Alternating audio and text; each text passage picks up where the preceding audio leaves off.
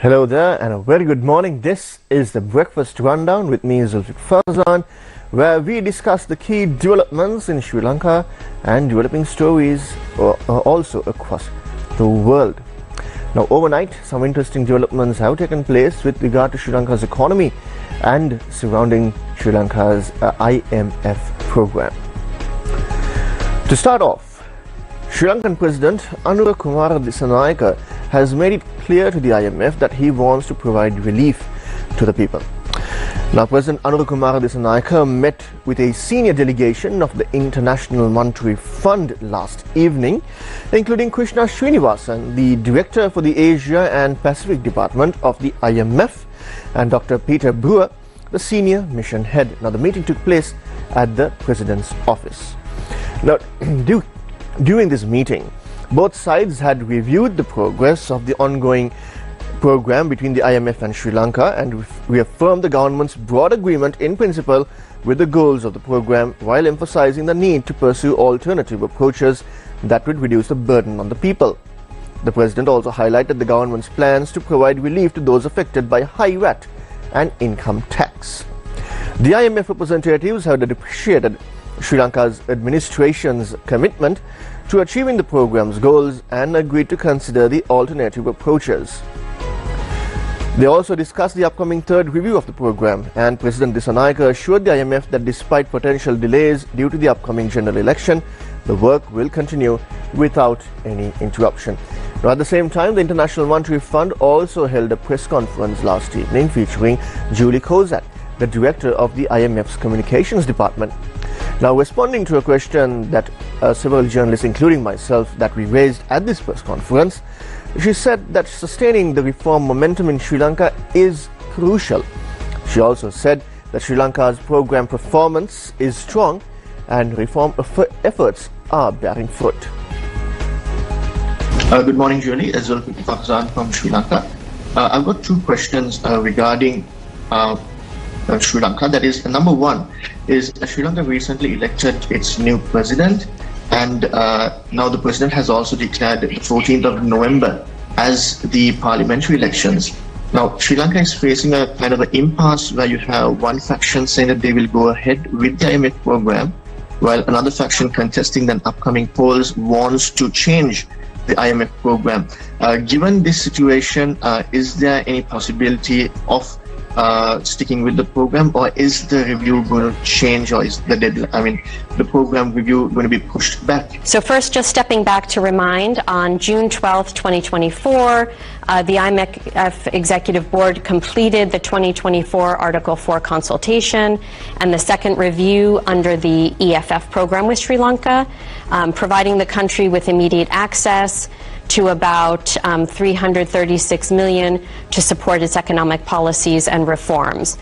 Program performance is strong and reform efforts are bearing fruit in terms of reviving economic growth, lowering inflation, boosting reserves, and improving revenue mobilization.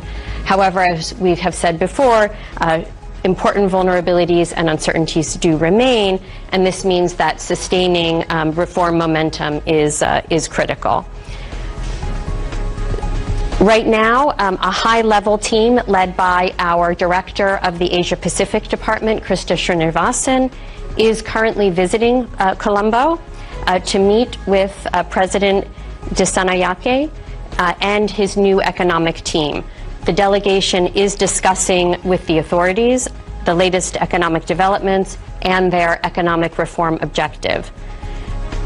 Dates for the third review under the EFF will be announced in due course, and this delegation will communicate when their visit concludes, and we'll have more information for you at that time.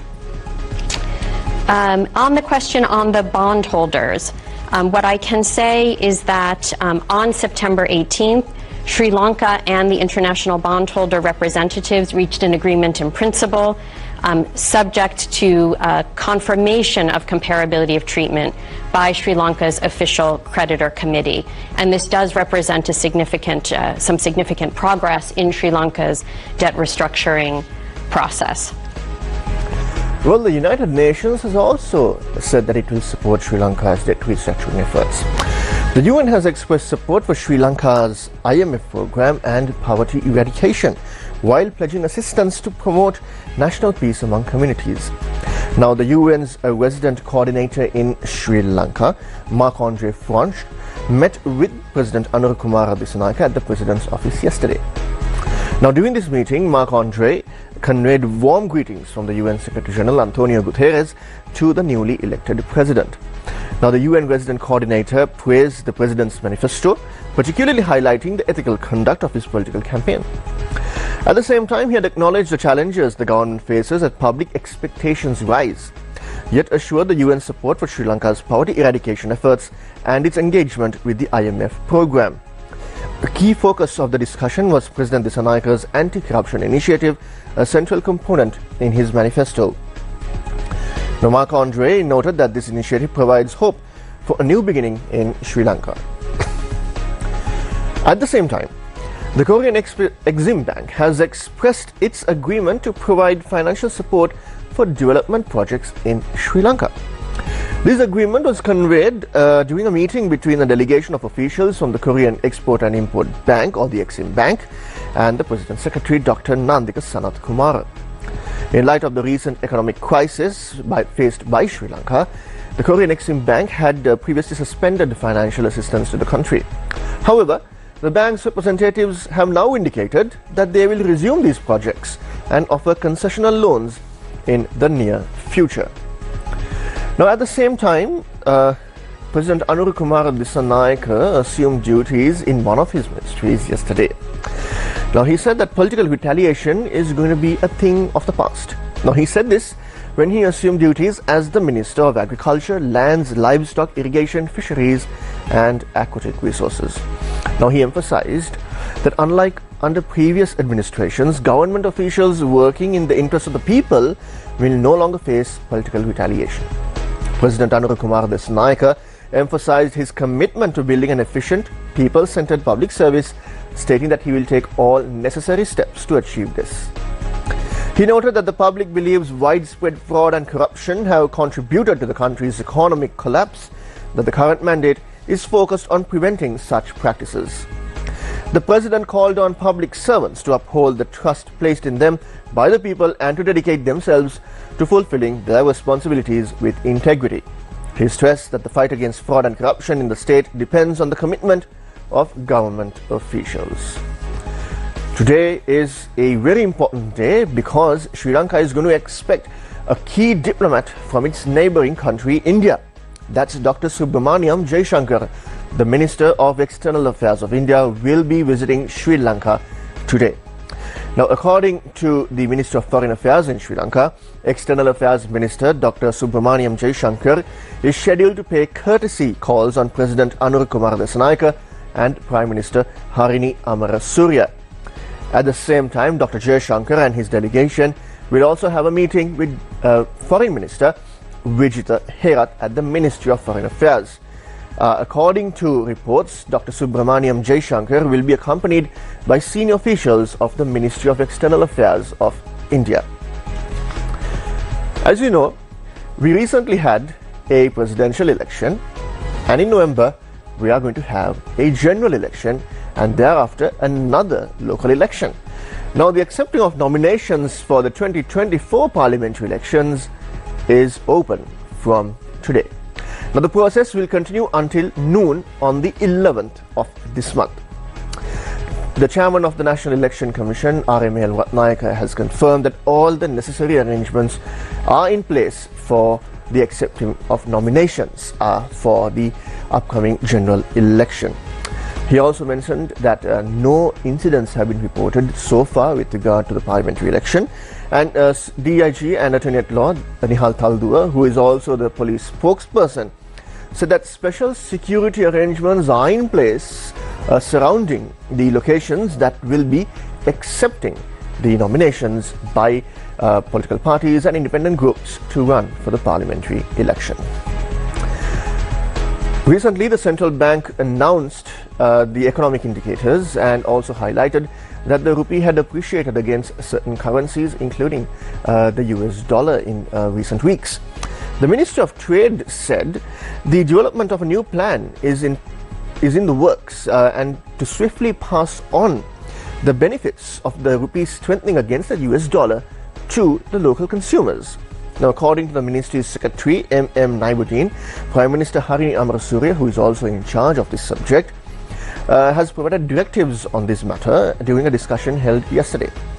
Now, as part of this plan, market prices will be reviewed and analyzed to determine price ranges. The plan also includes informing food importers and producers about the necessity of reducing prices, supported by detailed explanations. Now, Secretary Naimuddin said that it has become evident that the benefits of the rupee's appreciation against the US dollar are not reaching the public. Therefore, the ministry will announce a plan to reduce the prices of food and other products within 2 weeks. Now, let's head on to the Middle East. Since last year, the Middle East has become a volatile region, and even before that, with the rise of ISIS, the Middle East was deemed an unsafe area as well. However, there are reports of stability also emerging from the region, yet the confrontation between Israel and Hamas as well as Iran has reached new heights, and that was a result of this earlier this week when Iran retaliated against Israel for the killings of its IRGC commander and the Hezbollah leader as well as the Hamas leader. Now, more than 200 missiles were fired from Iran towards Israel, and almost 80% of those missiles hit their targets, and these missiles included hypersonics used by Iran for the very first time. Now, powerful blasts have rocked Beirut overnight in some of the heaviest Israeli strikes seen on the city so far, and according to the Lebanese Health Ministry, 37 people have been killed and 151 have been injured in the bombings across Lebanon in the past 24 hours. A number of countries have already evacuated their citizens from Lebanon, as Israel is intensifying airstrikes and has launched a ground incursion into the country. Now, more than 1 million people have been forced to flee their homes from Lebanon.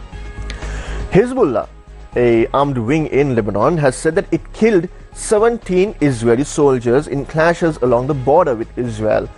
And this is after it announced that it detonated a bomb against troops attempting to enter the Lebanese village of Marun al-Raz. Now, at the same time, Israel has also intensified its attacks on Gaza, now killing dozens of Palestinians in strikes over the past 24 hours.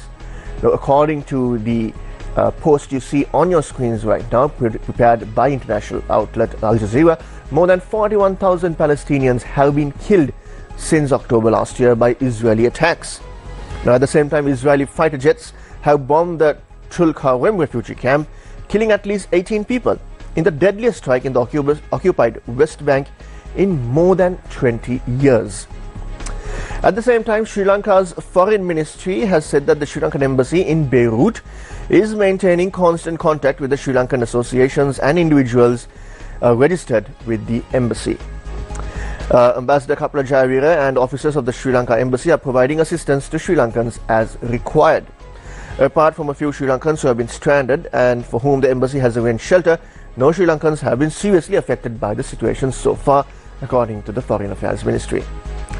At the same time, Dr. Ali Reza Delkosh, the ambassador of the Islamic Republic of Iran to Sri Lanka, commenting on the missile strike, said that the inaction and incapacity of the Security Council to fulfill its primary duty of maintaining international peace and security and preventing aggressions, along with the repeated and blatant violations of fundamental principles of international law, including humanitarian law and human rights, left Iran with no option but to exercise its legitimate right under the international law to take legal action in self-defense of its national security and vital interests.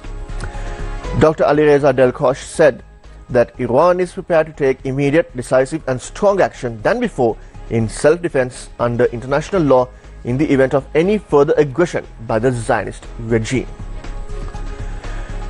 Well, yesterday the ICC Women's T20 Cricket World Cup kicked off, but it was a very disappointing start for Sri Lanka, as Pakistan stunned Sri Lanka in the opening day of the tournament. Pakistan produced a superb all-round display to beat Sri Lanka women in the second match of the ICC Women's T20 World Cup. Fatima Sana's side defied the form booked to beat the Asian Cup champions by 31 runs, posting 116 in the first innings and then bowling superbly to restrict Sri Lanka to 85 for the loss of 9 wickets. Well, Sri Lankan cricket fans will be hoping that the Sri Lanka women's team will bounce back in the next match and produce some amazing cricketing excitement for Sri Lankan sports fans. Well, with that, we wrap up this edition's Breakfast Rundown with me, Zulfick Farzan, and I'll meet you again next week, same time, same place. Until then, have an amazing and blessed weekend.